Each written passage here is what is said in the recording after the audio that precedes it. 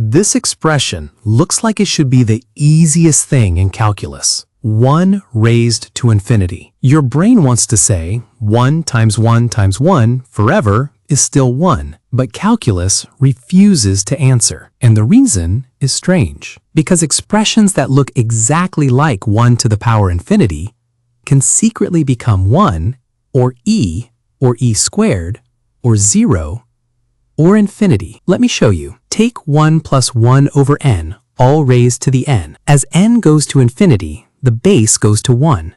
The exponent goes to infinity.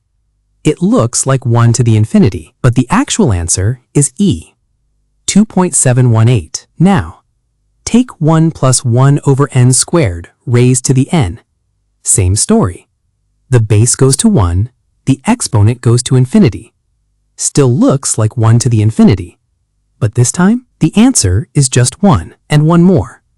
1 plus 2 over n raised to the n. Same mask. 1 to the infinity. But the answer is e squared. 7.39. 3 expressions, all wearing the exact same disguise.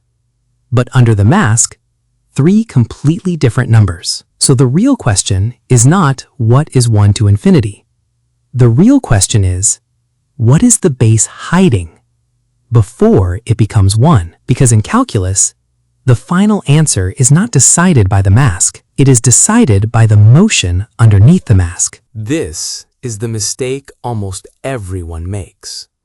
They see 1 to the infinity and they think, well, 1 is 1.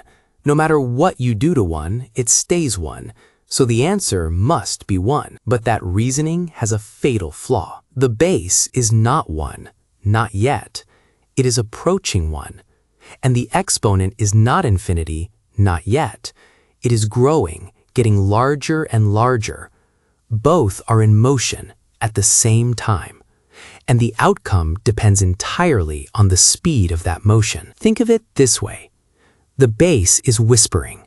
It is saying, I am a tiny bit more than 1, just a tiny bit. And the exponent is an amplifier. It takes that tiny whisper and repeats it again and again and again. The final answer is the total sound you hear after all those repetitions. Take 1 plus 1 over n, raised to the n. The base whispers, a little growth, just 1 over n above 1. And the exponent repeats that whisper n times. Not too loud, not too quiet, perfectly balanced. And that accumulated whisper becomes e. Now compare. 1 plus 1 over n squared, raised to the n. The base still goes to 1. The exponent still goes to infinity. It still looks like 1 to the infinity. But the whisper is weaker this time. 1 over n squared is much tinier than 1 over n. Even repeated n times, it fades. The amplifier cannot save it. So the answer becomes 1. The base whispers, the exponent amplifies, and the limit hears the total sound. That one line explains every single one of these expressions.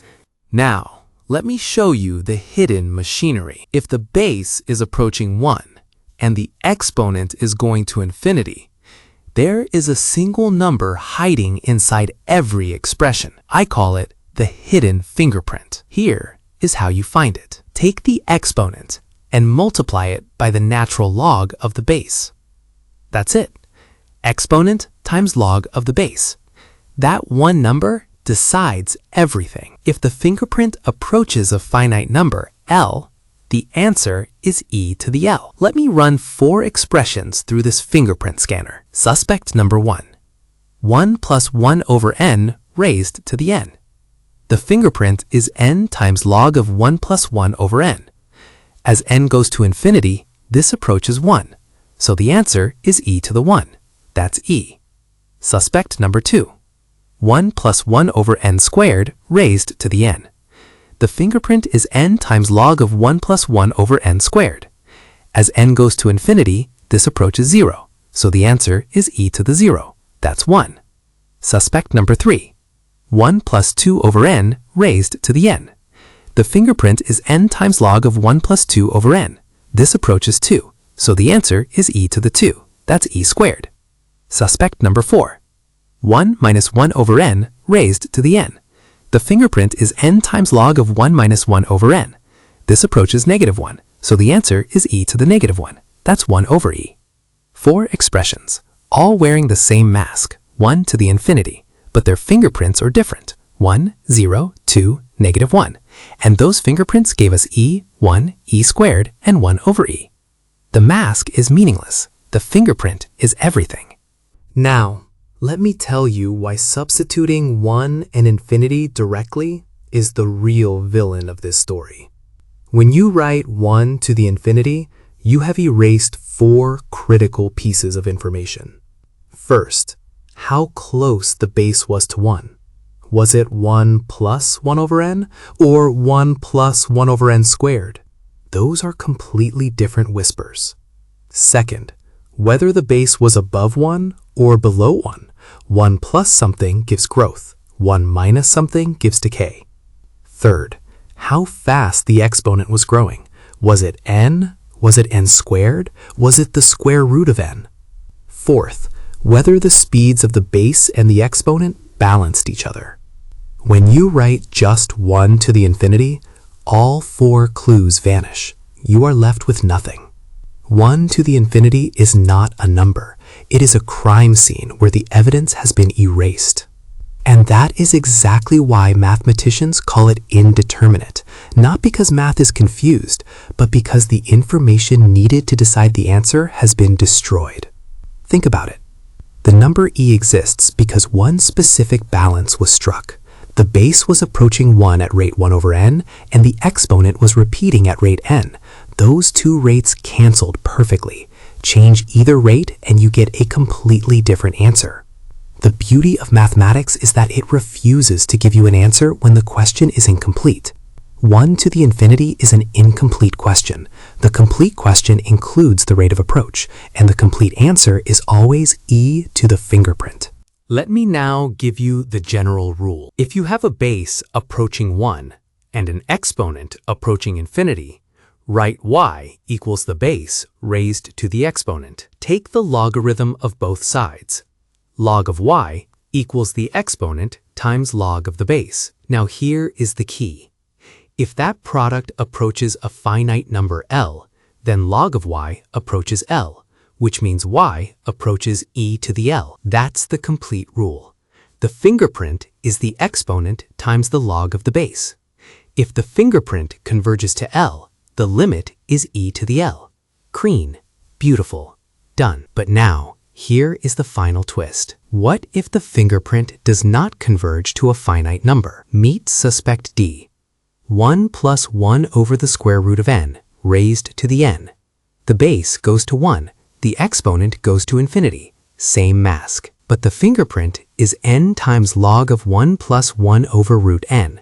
And as n goes to infinity, this does not settle at a finite number. It grows without bound.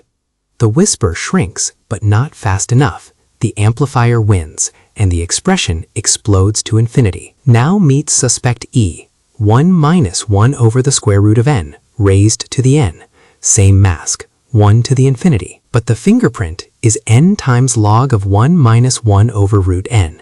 This goes to negative infinity. A negative whisper, repeated infinitely many times, pulls the value all the way down to 0. So even expressions that are almost 1 can either explode to infinity or collapse to 0.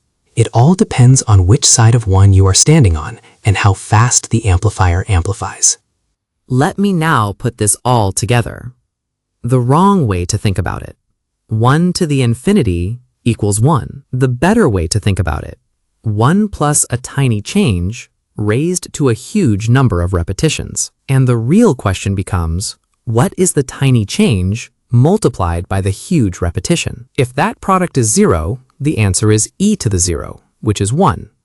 If the product is 1, the answer is e. If the product is 2, the answer is e squared. If the product is -1, the answer is 1 over e. If the product goes to infinity, the answer explodes. If the product goes to negative infinity, the answer vanishes to 0. 1 to the infinity is not undefined because math is confused. It is indeterminate because we are missing the story. Here is your challenge. 1 plus 3 over n, raised to the n. As n goes to infinity, what does this become? A, 1. B, 3. C, e cubed. Or D, infinity. The fingerprint is n times log of 1 plus 3 over n, and that approaches 3. So the answer is e to the 3, e cubed. If you got that right, you understand something that most calculus students never fully grasp. The mask is always 1 to the infinity, but the fingerprint decides the fate.